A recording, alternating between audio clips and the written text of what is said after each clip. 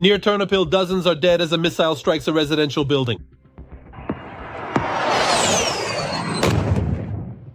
8 AKMS in action. Ukraine strikes the Russian Federation with long-range missiles.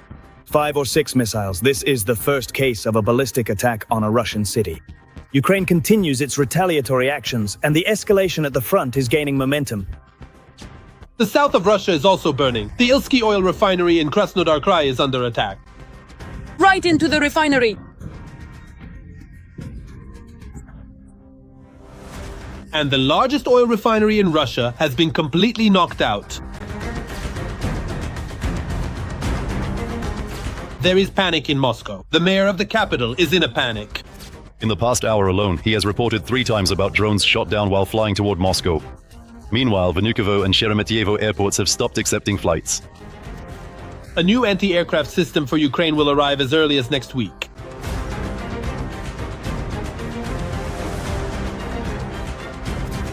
And Russians are afraid of their own mobilized soldiers, worried about the potential consequences, and uncertain about how these troops might behave in the future, and this is just the beginning of what could become a much more significant situation.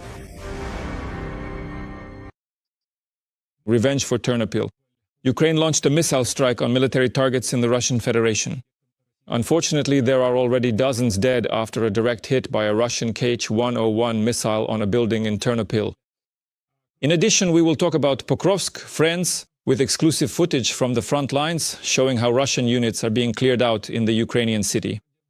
And of course, we will discuss how Poland and Germany as well are preparing for war. In Berlin, urban combat training exercises are taking place. Meanwhile, in Poland, the Minister of Foreign Affairs has promised to close the last Russian consulate. All of this will be covered in the report. Afterwards, I'll be waiting for you in the studio for discussion. There's no need to make things up and base your opinion of Russia on these inventions. There's no need to create the image of Russia as an enemy. For example, they made up the idea that Russia wants to attack NATO. Have you completely lost your mind? You're as dumb as this table. Who came up with this? This is nonsense, you understand. It's utter rubbish. The Kremlin has begun preparations for war against Poland. We are now closer than ever to open conflict since World War II. In this pre-war situation, the General Staff has announced a planned attack. The aggressor has begun preparations for war. He is creating an environment meant to undermine public trust in the government, the army, and the police in order to set the stage for potential aggression against Polish territory. The Chief of the General Staff of Poland stated that recently there has been a significant increase in acts of sabotage and large-scale cyber attacks in the country. These events may indicate that Russia is creating conditions to destabilize the situation and weaken the state from within. One of the most recent such incidents was an explosion on the Warsaw-Lublin railway line. Analyzing all the incidents that have taken place in Poland and Europe, one can say that all the traces lead east to Moscow. Polish authorities believe that this episode and other similar cases bear the hallmarks of pre-planned operations that may be linked to the activities of foreign intelligence services. On the Warsaw-Lublin route, this is an unprecedented act of sabotage directly targeting the security of the Polish state and its civilian population. We will catch those responsible, whoever they may be. 2 months before this, about 20 Russian drones entered Polish territory en masse for the first time. Poland's security services stated that the drone threat was more serious than the authorities had previously believed. The claim that these were merely cardboard and paper objects is not entirely true. The Polish leadership does not hide the fact that it is preparing for a direct confrontation. We can respond to these threats either symmetrically or asymmetrically. We have the full arsenal of tools at our disposal. Military analyst and former SBU officer Ivan Stupak is convinced that the Kremlin is already waging a hybrid war against Europe, and the only question is when it will escalate into an open conflict. For Russia, what it is currently doing in Europe is already a war. Asymmetric, nonlinear hybrid.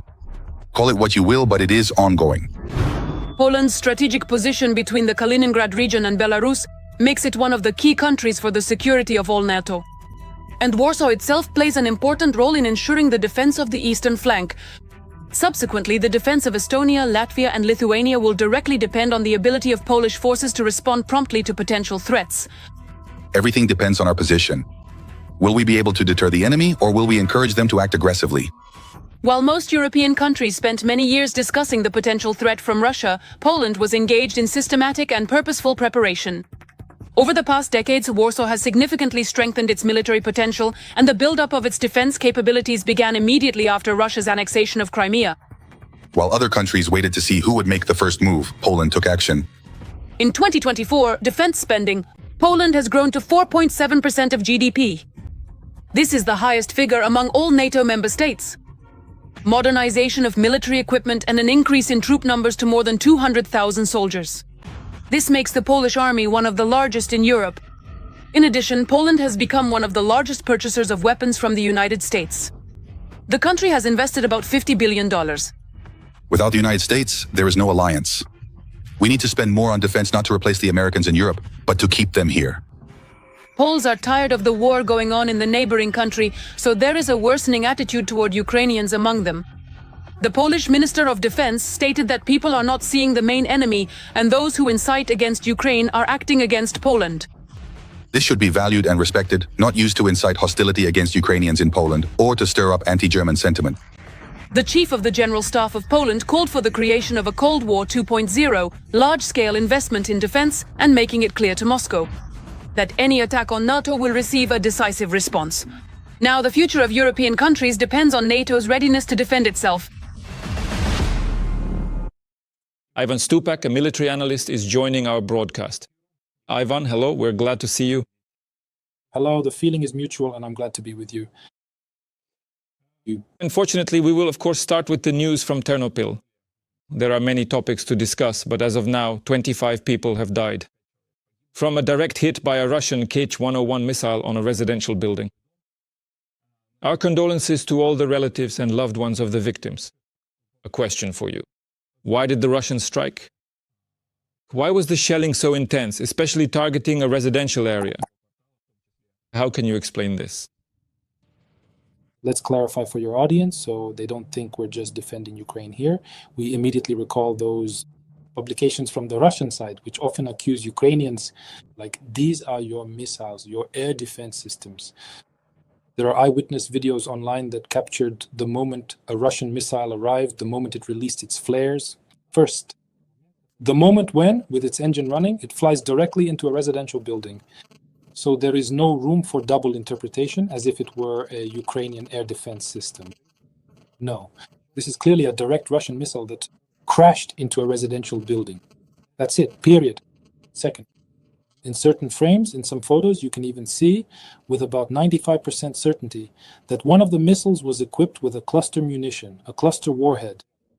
Because on the entrance of one of the buildings, I counted in the photo, well, close to 100, maybe a bit less, holes from the detonation of a cluster munition. So you can clearly see that it's not just one or two fragments, it's almost 100. And that shows there was a real intent to kill as many civilians as possible. By the way, notice that nothing is left of the building at all. It was a direct hit. As for why the Russian Federation targeted the building, I honestly have no answer at all, not even the slightest idea. I can't imagine what they could have come up with. The only thing, let me try to speculate just off the top of my head, maybe the Russian Federation heard or saw somewhere that, for example, some Ukrainian commander who is currently on leave was living there, and they decided to kill him along with the other residents. But that's the only thing that even comes to mind. Everything else is simply beyond comprehension and completely unfathomable as to why it was done. All right, let's move on. I want to talk to you about something else. About the attack MS, which seemed to be back in action again. The General Staff of the Ukrainian Armed Forces called the successful use of long-range missiles on Russian territory a landmark event. The specific target that was attacked is not specified in the report, but nevertheless the attack MS strikes were confirmed, including by the Russian Ministry of Defense. Could you please explain what this means, and does it mean anything in particular? Is something changing in the context and, let's say, in the targets we are now able to strike? So far, it is reported that Ukraine used 4 missiles. 4 ATACMS missiles, according to various estimates, 4 to 6, were launched towards the Voronezh region. There is conflicting information here. There is a report that supposedly they were aimed at the airfield,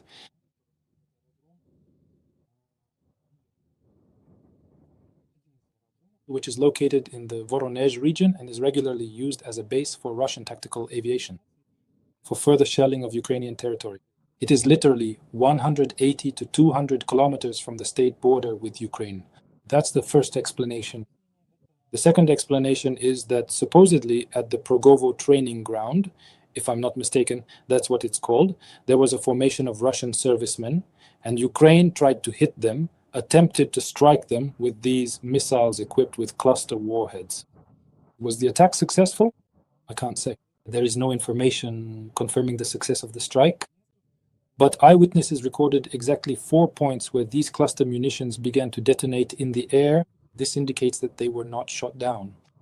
In turn, the Russian Ministry of Defense stated that the launchers which fired these missiles at Russian territory were, as they say, promptly detected and promptly destroyed. But there is a major nuance. The Russian war correspondents themselves admitted that the video published by the Russian Ministry of Defense, supposedly showing the destruction of these Ukrainian HIMARS, is actually fake, or rather not fake, but from last year. That is, unfortunately, there was a strike last year, we lost at least one launcher, and here they simply used last year's video. Yes, it was slightly trimmed and presented from a slightly different angle. But once again, the Russian war correspondents saw through it, and they themselves can't understand why there's a need to deceive their own citizens. So there's a lot of bewilderment about this issue. That's why we're saying there was a strike, but the results are still unknown. And most importantly, our launchers, our operators of these systems remained unharmed. Ivan, let's talk more about Pokrovsk. Of course, the situation on the front line requires our attention. The 7th Air Assault Corps is reporting. So, the situation as of now, there has been a recorded appearance of Russian infantry north of Pokrovsk. A small group of invaders tried to infiltrate and gain a foothold at one of the agricultural infrastructure sites, but was destroyed. And as they claim, the enemy wants in the short term to move toward the settlement of Grishina to the northwest of Pokrovsk, because supposedly they are not yet able to break through the defenses in Pokrovsk itself.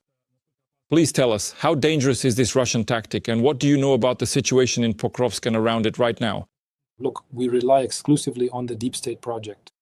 We open the Deep State project, and instead of the standard cartoonish map, we use the landscape map, satellite images, and we see that the entire territory of the city of Pokrovsk, well, one part is shaded in red, where the presence of Russian military personnel is clearly verified.